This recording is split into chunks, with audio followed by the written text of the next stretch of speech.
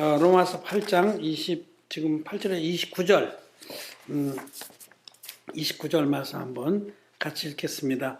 시작. 하나님이 미리 아신 자들로 또한 그 아들의 형상을 본받게 하기 위하여 미리 정하셨으니 이는 그로 많은 형제 중에서 맏아들이 되게 하려 하심이니라.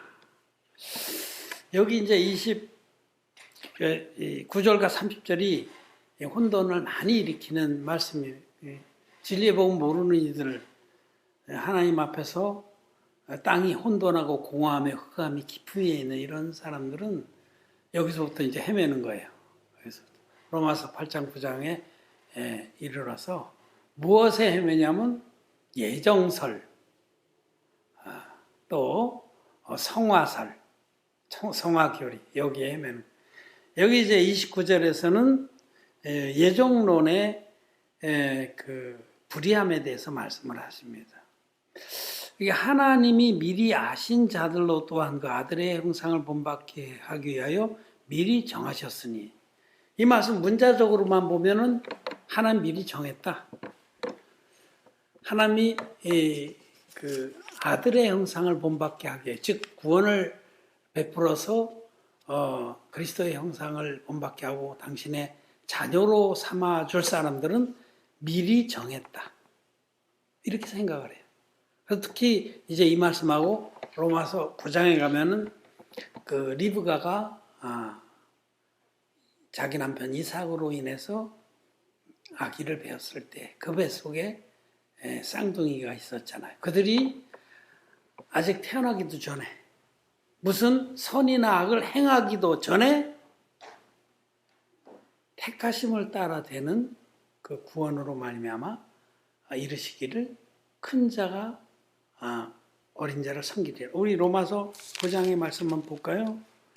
9장 11절, 12절까지 읽겠습니다. 시작. 그 자식들이 아직 나지도 아니하고 무슨 선이나 악을 행하지 아니한 때에 택하심을 따라 되는 하나님의 뜻이 행위로 말미암지 않고 부르신 이에게로 말미암아 서게 하려 하사 리브가에게 이르시되 큰 자가 어린 자를 섬기리라 하셨나니.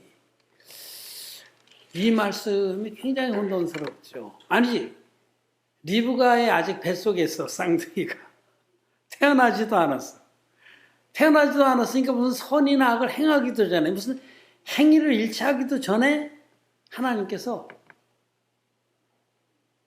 큰 자가 어린 자를 섬기리라 이렇게 말씀하세요. 그래서 이 부분의 말씀과 오늘 읽은 로마서 8장 29절 말씀, 이것을 근거로 해서 소위 칼빈주의적인 해석, 예정설을 얘기를 합니다. 선택설, 무조건적 선택설. 칼빈주의 5대 교리 중에 하나예요. 움직일 수 없는 기독교 교리입니다. 그 교리의 뜻은 뭐냐면 하나님께서 택하신 자, 또 택하지 않은 자는 일방적으로 무조건적으로 결정했다는 겁니다. 무조건적 선택설이라고 그래요. 아직 태어나서 무슨 선이나 악을 행하기도 전에 큰 자가 어린 자를 섬기리라 하셨다는 거죠. 에서가 야곱을 섬긴다. 내가 에서는 미워하고 야곱은 사랑했다. 아니, 태어나기도 전에 이렇게 하나님이 선포한 그거는 하나님의 무조건적 선택이다. 그건 우리가 피조물이 시비 걸 일이 아니다. 하나님이 그냥 여창수 마음대로 결정하시는 거다. 이렇게 주장하는 거죠. 근데 이런 해석, 이런 교리는 결정적으로 하나님을 모욕하는 겁니다. 여러분, 우리가 사람이라도 자녀들이 쭉 있는데 자기 아내가 지금 쌍둥이를 뱄어요. 근데 먼저 나오는 놈은 내가 미워할 거예요. 그건 정인이 같이 막 밟아 죽여버릴 거예요. 두 번째 나오는 놈은 그놈만 사랑할 거예요. 사람이라도 만약 그렇게 무조건적으로 정했다고, 태어나기도 전에, 무슨 선이나 악을 행하기도 전에, 그렇다고 하면은 그 사람은 정말 악한 사람 아니에요? 불의한 자 아닙니까? 그래서 이 무조건적 선택성은 하나님을 불의한 자로 만드는 거예요. 하나님은 마귀만도 못한 자로 만드는 거예요. 마귀는 사람들에게 사탕 발림이라도 해줬는데, 사탕 발림이라도 네 눈이 밝아져서 하나님같이 될 거다. 이건 아주 무자비한 거 아니에요. 내가 첫째 놈은 쳐 죽이고 둘째 놈만 내가 사랑할 거다. 있을 수가 없는 일입니다. 이거는 하나님의 섭리, 또 하나님의 공의하심, 하나님의 사랑을 믿지 못하고 오해하기 때문에 만들어낸 아주 악독한 교리입니다. 이건 마귀의 교리입니다. 이 선택설, 무조건적 선택설은 절대로 받아들일 수가 없는 거고 말도 안 되는 소리죠. 이 말씀은 여기에 지금 우리가 읽은 로마서 9장 11절에 보면 뒷부분에 가서 행위로 말미암지 않고 오직 부르시니로 말미암아 서게 하려 하사, 이 말씀이 이런 부분에 하나님의 그 선택을 이해하는 키워드입니다. 하나님의 선택은 우리 인간의 행위하고 상관이 없어요. 우리가 율법을 잘 지키고 하나님 앞에 막 근신하고 희생하고 봉사하고 그것으로 구원받는 것이 아니다. 율법의 행위로 그의 앞에 의롭다 하심을 얻을 육체는 없나니, 우리가 율법을 아무리 잘 지켜도 그 율법의 행위, 즉 인간의 의로는 절대로 구원을 못 받습니다. 오직 우리가 구원받는 것은 예수 그리스도 안에서, 예수님이 육신 입고 이 땅에 오셔서 자기 몸으로 완전하고 영원한 제사를 드려주셨는데 그 진리의 복음 안에서 하나님께서 우리 모두를 부르십니다. 전 인류를 그 안에서, 복음 안에서 부르셔. 그래서 그 진리의 복음을 감사함으로 받아, 정말 난 지옥 갈 수밖에 없는 자입니다. 나도 율법을 지키려고 무단히 애를 써봤지만 난 도저히 지킬 수가 없는 지옥가에 마땅한 자입니다라고 회개해서, 너희가 회개하여, 아까 사도행전 2장 38절에 너희가 회개하여, 하나님 앞에 자기의 꼬락서니를 정직하게 본 사람은 하나님 앞에 회개를 합니다. 난 지옥 갈 자입니다. 나를 불쌍히 여겨주십시오. 그게 참된 회개예요. 자기가 지옥 갈 자라고 인정하는 것이, 내가 요거 잘못했습니다. 뺑덕 엄마를 미워했습니다. 내가 탐심을 부렸습니다. 요거 용서해 주시면 다시는 죄를 안 짓겠습니다. 그렇게 입에 발린 그런 거짓말하는 거 회개 아니고요. 나는 지옥가에 마땅한 자입니다. 하나님 나를 불쌍히 여겨주십시오. 그렇게 회개하고 예수 그리스도 안에서 완전한 의를 준비하고 부르시는 그 부르심에 응답한 자, 그런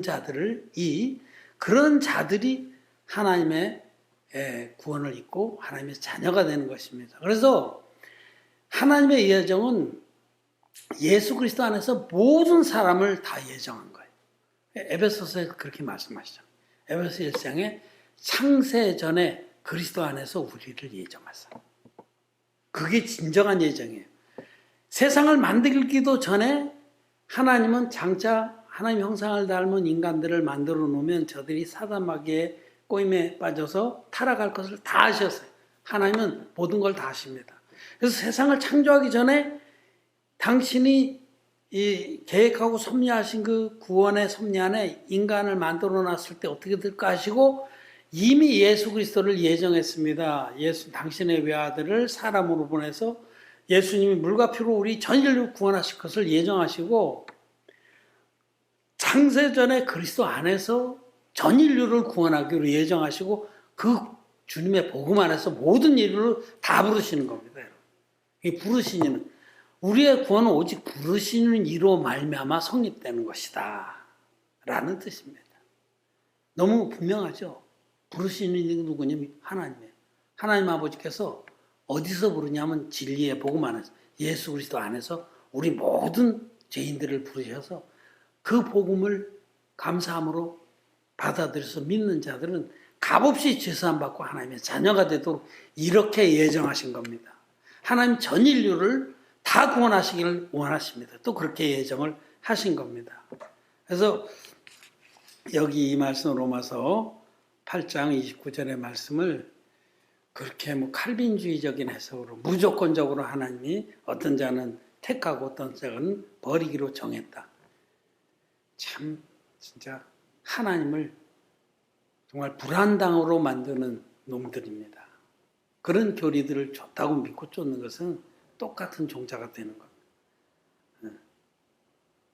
정말 너희가 제자 하나를 얻고자 천하를 돌아다니다 하나로 두면 배나도 지옥에서 만드는도다. 그렇게 탄식하셨듯이 이런 거짓된 교리에서 벗어나야 됩니다.